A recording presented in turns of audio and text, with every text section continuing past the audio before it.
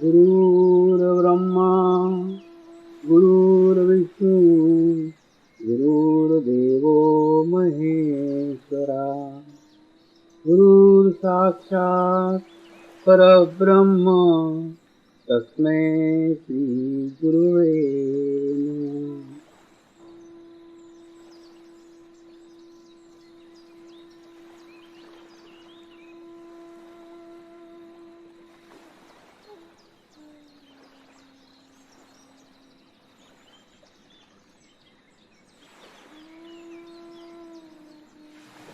मेरे साथ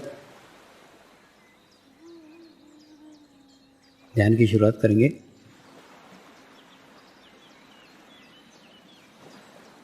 मैं एक पवित्र आत्मा हूँ। मैं एक शुद्ध आत्मा हूँ। मैं एक पवित्र आत्मा हूँ। मैं एक शुद्ध आत्मा हूँ। मैं एक पवित्र आत्मा हूँ। मैं एक शुद्ध आत्मा हूँ। गुरु मंत्र का उच्चारण करेंगे। ओम श्री शिवकृपानंद स्वामी नमो नमः। ओम श्री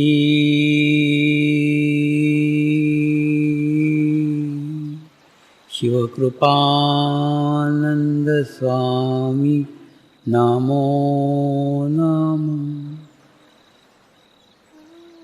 ओम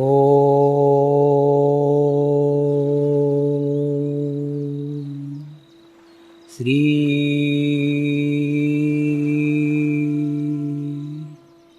शिवकृपानंद स्वामी नमो नमः। ओम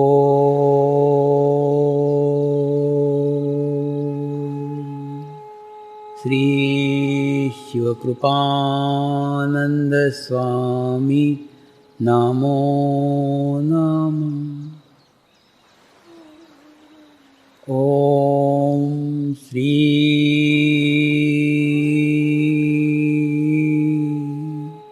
शिवकृपानंद स्वामी नमो नमः। ओम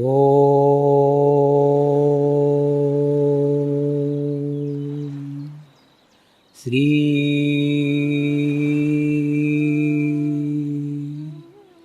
शिवकृपानंद स्वामी नमो नमः। ओम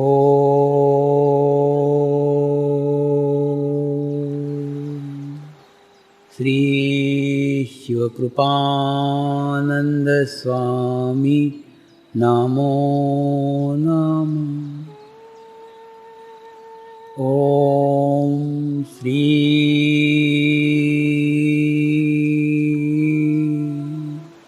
शिवकृपानंद स्वामी नमो नमः। ओम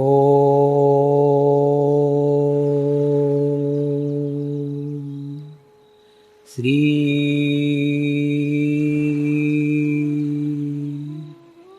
शिवकृपानंद स्वामी नमो नमः।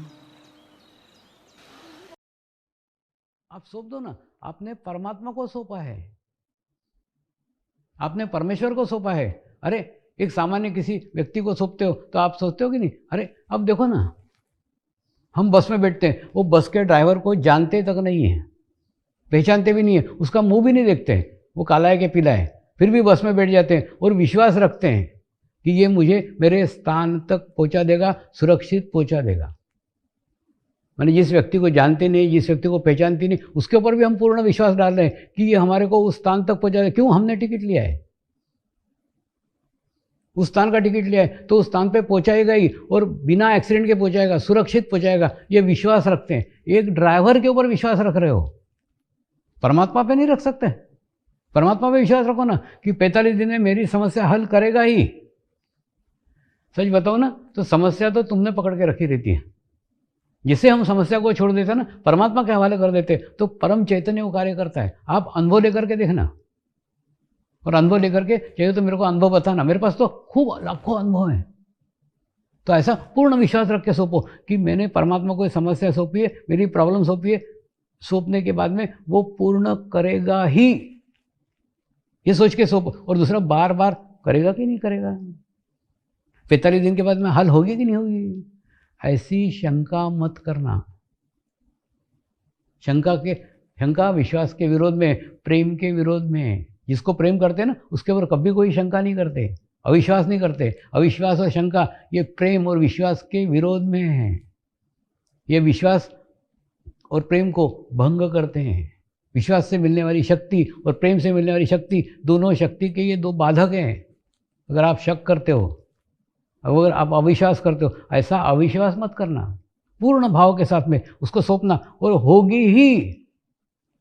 अरे बाबा, 25 सालों से हजारों लोगों को ये अनुभव मैंने कराया है, अनुभव बताया है, और उसके बाद में आज तक मुझे कोई भी व्यक्ति ऐसा नहीं मिला जिसने 45 दिन का अनुष्ठान नियमित व्यवस्थित किया हो और उसकी समस्या हल नहीं हुई हो, और उसके सकारात्मक चेंज उसके जीवन में नहीं आया हो। ऐसा कोई भी व्यक्ति मुझे आज तक नहीं मिला। तो आप अनुभव लेकर के देखिए ना। और दूसरा, 45 दिन करके तो देखिए क्या बिगड़ता है आपका।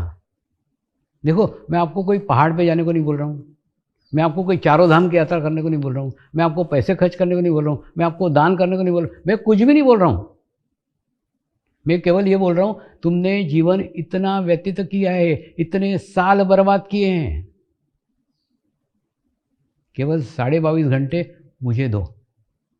देखो, अगर आधा घंटा आप 45 दिन करते हो ना, तो आपका क्या जाएगा, 22.5 घंटे जाएंगे। मेरे नाम पे 22.5 घंटे खराब होंगे।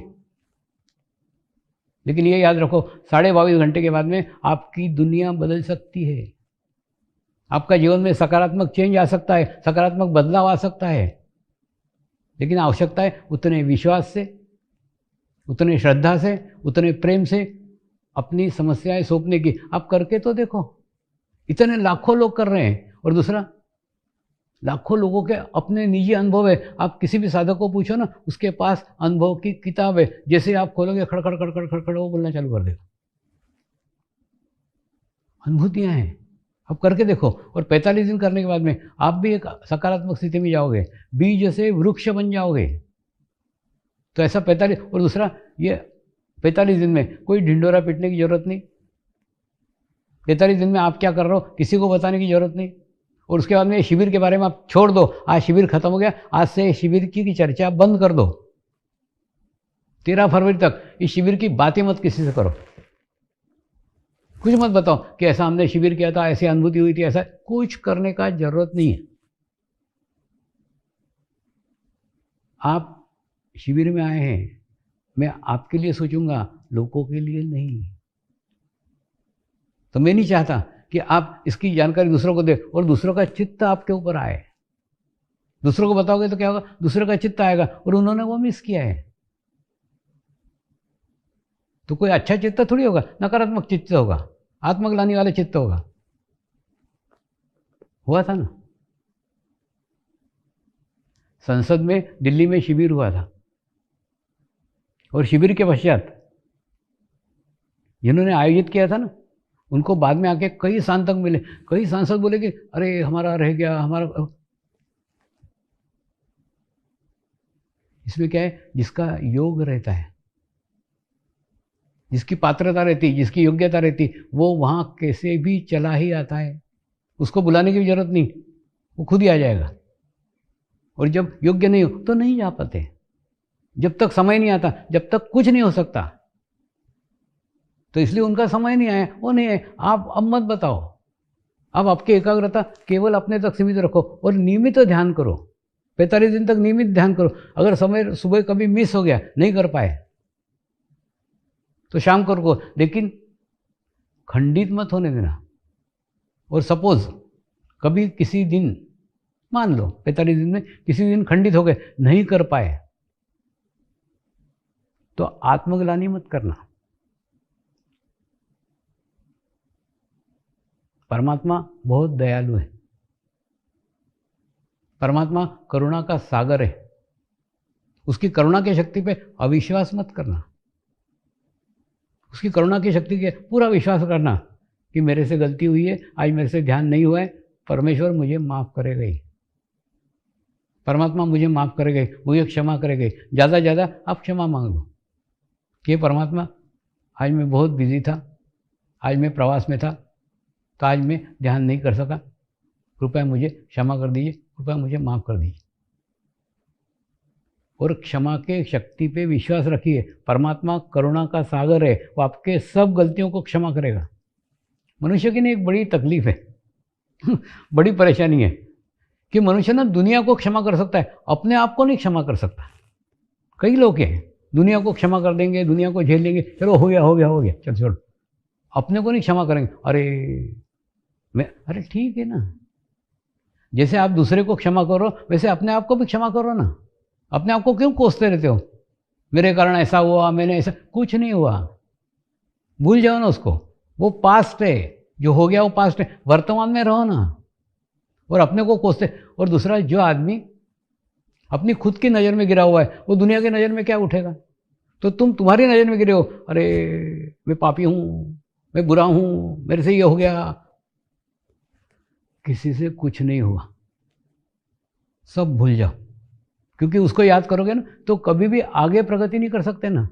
कितने भी पाप किए हो, कितने भी बुरे कर्म तुमने तुम्हारे जीवन में किए हो, सब भूल जाओ। एक ही याद रखो कि मेरे को मेरे जीवन में वो माँ बाप मिले जिस माँ बाप के कारण मैं आत्म साक्षात्कार की ऊर्जा ग्रहण कर सका। मेरे को वो महाशिविर मिला जिस महाशिविर में मुझे अनुभूति प्राप्त हुई। उसके बाद में इस समय को धन्यवाद दो। आज पूर्णिमा का दिन है और पूर्णिमा के दिन मेरे शिविर का समापन हुआ। कितने अच्छे दिन थे, कितना अच्छा शिविर था, कितने अच्छे मेरे माँ बाप थे। इन सब बातों को याद करो ना। जो पॉजिटिव है, जो अच्छा है, उसको याद करो। जो पाप किए, जो बुरे कर्म किए, सब भूल जाओ ना, क्योंकि उनको याद करोगे तो कोई प्रगति नहीं होने वाली है, कोई प्रोग्रेस नहीं होने वाला है। ध्यान करो, मेडिटेशन करो, ये सब बातें छूट जाएगी। मुझे मालूम है कई कैदी भी जेल से ये शिविर देख रहे हैं, लेकिन याद रखो सब जने बंदीवान है ना। तुम उस जेल में बंद हो, हम इस शरीर के जेल में बंद है। प्रत्येक जन बंदी है ना, कोई शरीर में बंद है, कोई जेल में बंद, कुछ फर्क नहीं पड़ता। तो आप अपने जो जीवन में अपराध किए भूल जाओ, उनको जो घटनाएं घटी भूल जाओ। लेकिन आज आपने जेल में रहते हुए महाशिविर किया, जेल में रह के भी आत्म साक्षात्कार मिला। हो सकता है अगर आप जेल में नहीं आते तो आत्म साक्षात्कार नहीं मिलता। आप भी कहीं बाजार में घूमते रहते, आप भी कहीं व्यवसाय में बिजी रहते, आप भी कहीं दुनिया के अंदर खोए रहते हैं। आप जेल में हो इसलिए महाशिविर मिला, जेल में हो इसलिए आत्म साक्षात्कार मिला। कितनी बड़ी घटना, कितना बड़ा आयोजन परमात्मा का है कि आपको जेल में डाला। अरे बाबा, आपको जेल में नहीं डालते तो आत्म साक्षात्कार मिलता क्या?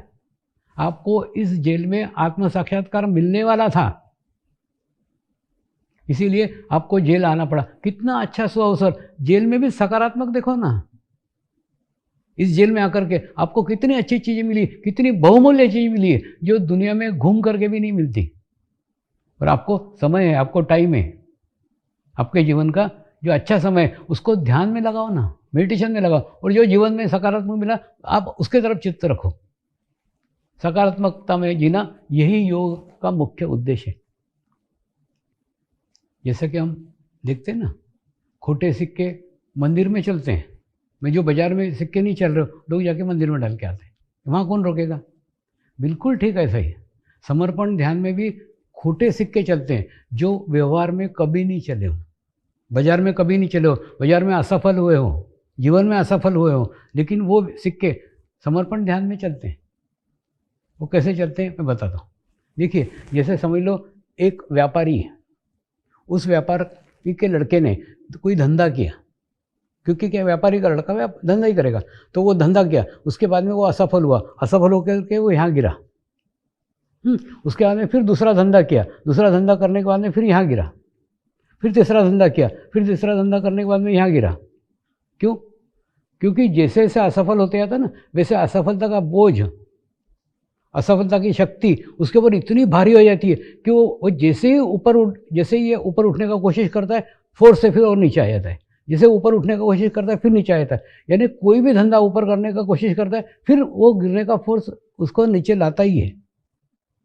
आपने समाज में ऐसे कई व्यक्ति होंगे, वो कई धंधे करते हैं, हर धंधे के अंदर चोट, हर धंधे में नुकसान। बाद में आके उसके घर के लोग बोलते, बाबा एक काम कर, तू घर पे बैठे बैठे रोटी तोड़, तू धंधा मत करे, क्योंकि हर धंधे में खोट आ रही ना, हर धंधे में नुकसान हो रहा है। तो ऐसे अगर व्यक्ति आप हैं, अगर ऐसे व्यक्ति आप हैं कि आप जीवन में सब जगह असफल हो गए हो, कोई भी धंधा करने जाते हो तो नुकसान ही हो रहा है, कोई भी काम करने जाते हो बिगड़ता ही है, ऐसे व्यक्ति अगर आप हो तो आपके लिए समर्पण ध्यान एक अच्छा स्वर्णिम अवसर है। तो ऐसे लोगों ने क्या करना चाहिए? पहली बात तो कोई भी कार्य करने का अप्रयास ही मत करो, क्योंकि क्या होता है मन में, एक जगह है, एक स्थान है, इस स्थान से जैसे आप प्रयास करते हो तो इस स्थान को छोड़ देते हो, ऊपर जाने की कोशिश करते हो, और ऊपर से गिरने वाला फोर्स इतना है कि वो आपको नीचे गिरा देता है। तो पहले क्या करना पड़ेगा? सारे प्रयास बंद कर दो, 45 दिन तक सारे प्रयास बंद कर दो, कोई भी प्रयास करो ही मत, सब प्रयास बंद कर दो। और बंद करने के बाद में कुछ नहीं, 45 दिन एकदम पूर्ण भाव के साथ, पूर्ण विश्वास के साथ अनुष्ठान करो। और उसके बाद में फिर आपके अंदर क्या चेंज आएगा, आपके अंदर क्या बदलाव आएगा, आपको बताता हूँ। क्या होगा मालूम है? जैसे आपने इस स्थान से ऊपर उठने का प्रयास ही नहीं किया तो इस स्थान से नीचे गिरोगे नहीं, एक। उसके बाद में जब आप ध्यान करोगे, मेडिटेशन करोगे, तो विश्व के अच्छे सफल व्यक्तियों के साथ, ध्यान के साथ आप जुड़ जाओगे। आपको यहाँ पे अभी अपनी स्थिति मजबूत करने की, स्ट्रांग करने की, अभी ऊपर चढ़ने का प्रयत्न ही नहीं करने का है। तो जब जुड़ जाओगे, अच्छी सामूहिकता के साथ जुड़ जाओगे, अच्छी कलेक्टिविटी के साथ जुड़ जाओगे, तो सारे सफल व्यक्ति हैं, ये दुनिया के सक्सेसफुल व्यक्ति हैं, सफल व्यक्ति हैं, ध्यान में प्रगति किए हुए हैं, व्यवसाय में प्रगति किए हुए हैं, नौकरी में प्रगति हुए, ऐसे प्रगतिशील लोगों की सामूहिकता के साथ आप जुड़ जाओगे। तो आप चाहो न चाहो, वो आपकी प्रगति ऊपर की ओर कर ही देंगे। आपकी योग्यता हो न योग्यता हो, आपकी प्रगति होगी ही। मैंने बताया ना, 4 घोड़ों की गाड़ी, 3 घोड़े खींच के स्टेशन पहुंचा ही देंगे। और ऐसे कई अनुभव हैं। एक राष्ट्रीय पार्टी का नेता अध्यक्ष था, और अध्यक्ष होने के बाद में पता नहीं क्या उसको क्या दुर्गति हुई, जो उसने निर्दलीय होकर चुनाव लड़ने का प्रयास किया, क्योंकि पार्टी ने उसको टिकट नहीं दी, उसको गुस्सा आया, तो निर्दलीय खड़ा हो गया, और निर्दलीय खड़ा हो गया, बाद में हार गया चुनाव।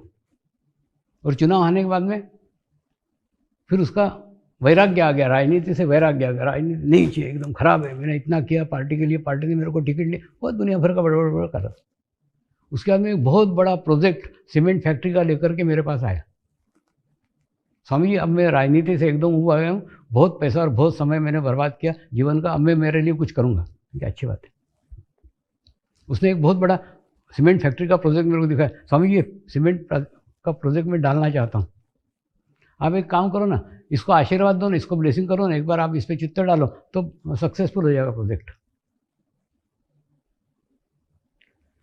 उसको तो नहीं बोला, लेकिन मेरे मन में विचार आया, ये व्यक्ति असंतुलित है, ये व्यक्ति इनबैलेंस है।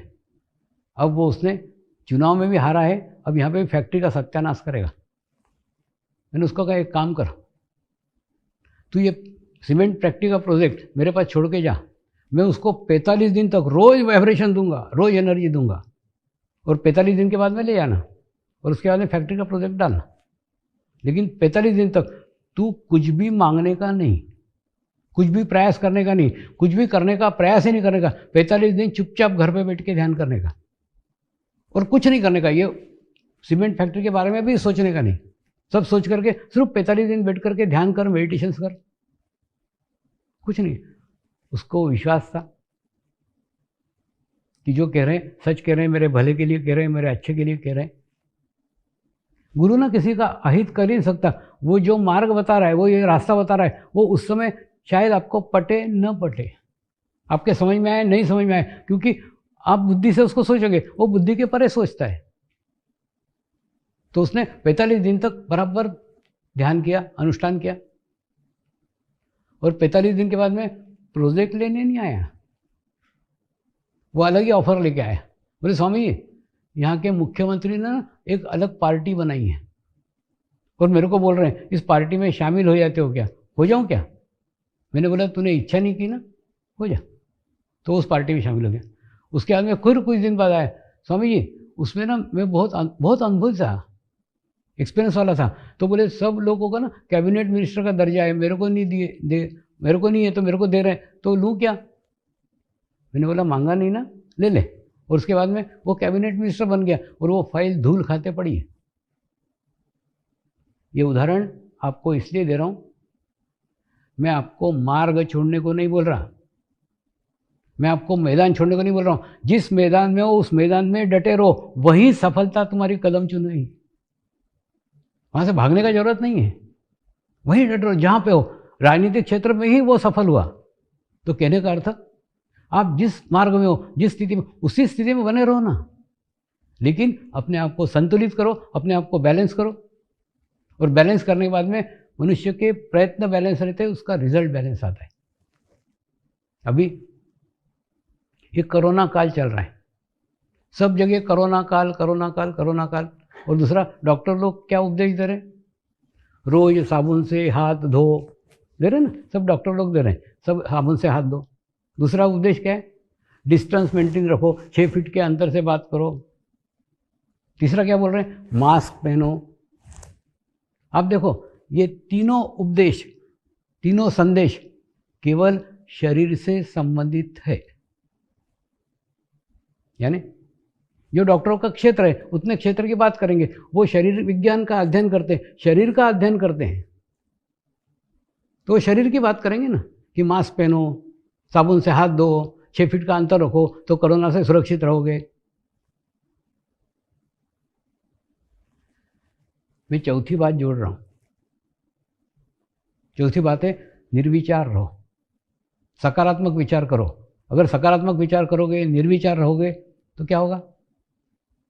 आपकी रोग प्रतिरोधक शक्ति अत्यधिक बढ़ेगी। और उसके बाद में अगर नकारात्मक विचार करोगे, निगेटिव विचार करोगे, तो ये तीनों चीज़ें अपनाने के बावजूद भी आपको तकलीफ हो सकती है, आपको परेशानी हो सकती है। इसलिए आवश्यकता है ध्यान करो, ध्यान से निर्विचारता मिलती है, निर्विचारता से आपके अंदर रोग प्रतिरोधक शक्ति बढ़ती है। आप सकारात्मक होते हो, प्रत्येक परिस्थिति को सकारात्मक दृष्टिकोण से देखते हो, और देखने की दृष्टि आपको प्राप्त हो जाती है। तो ये चीज़ अपने साथ जोड़ो। और कोरोना की बात आई तो कई साधकों के रिश्तेदार, साधक तो नहीं भी ध्यान करते थे, वो तो सुरक्षित रहे, लेकिन उनके कुछ रिश्तेदार, उनके घर के लोग आईसीयू में भर्ती थे। और आईसीयू भर्ती थे, उसके बाद में वो पानी वाइब्रेट करके मांगते थे, तो ये पानी वाइब्रेट करके दो ना, तो उनको पिलाएंगे तो वो जल्दी ठीक होंगे। और उसके 100% अच्छे रिजल्ट्स आए, अच्छे परिणाम आए। अब ये पानी वाइब्रेट करके देना और वाइब्रेशन देना, आप अंधश्रद्धा समझ सकते हो, अंधश्रद्धा नहीं है, ये वाटर थेरेपी है। ये वाटर थेरेपी आप भी सीखो ना।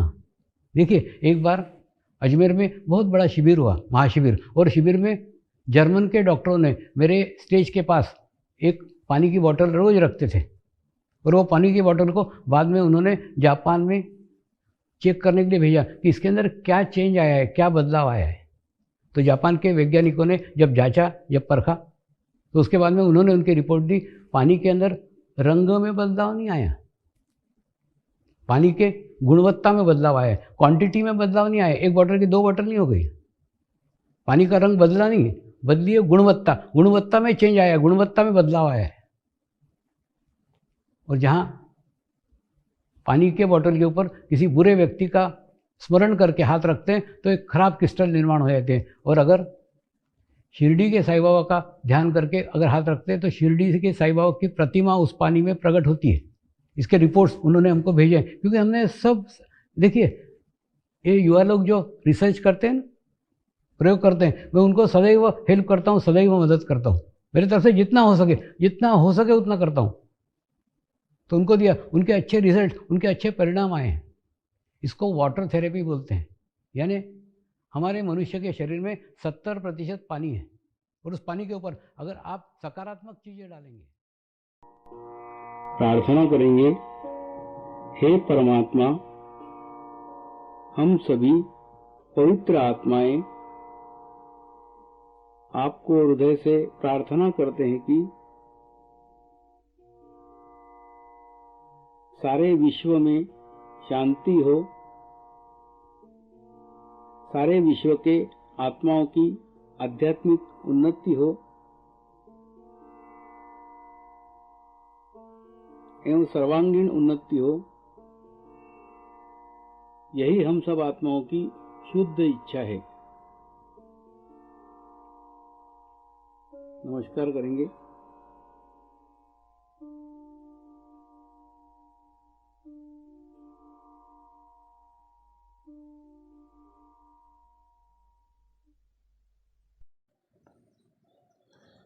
हे परमात्मा,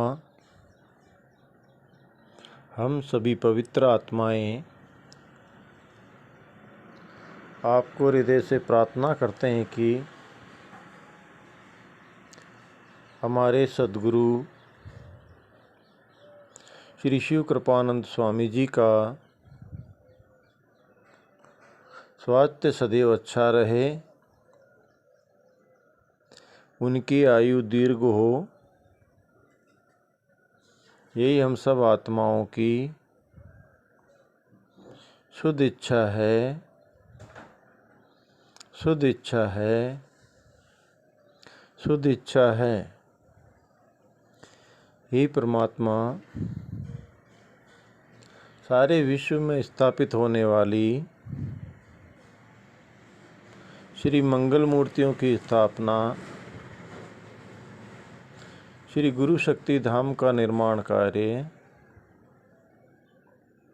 आपकी कृपा में, आपकी करुणा में,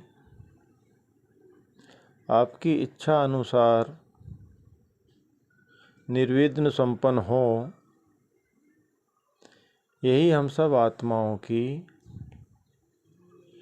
शुद्ध प्रार्थना है, शुद्ध प्रार्थना है, शुद्ध प्रार्थना है। शांति पाठ करेंगे। ओम ध्यो शांति अंतरिक्ष ग्वं शांति पृथ्वी शांति आपः शांति औषधयः शांति वनस्पतयः शांति विश्वे देवाः शांति ब्रह्म शांति सर्वगं शांति शांति एव शांति सामा शांति एधि ओम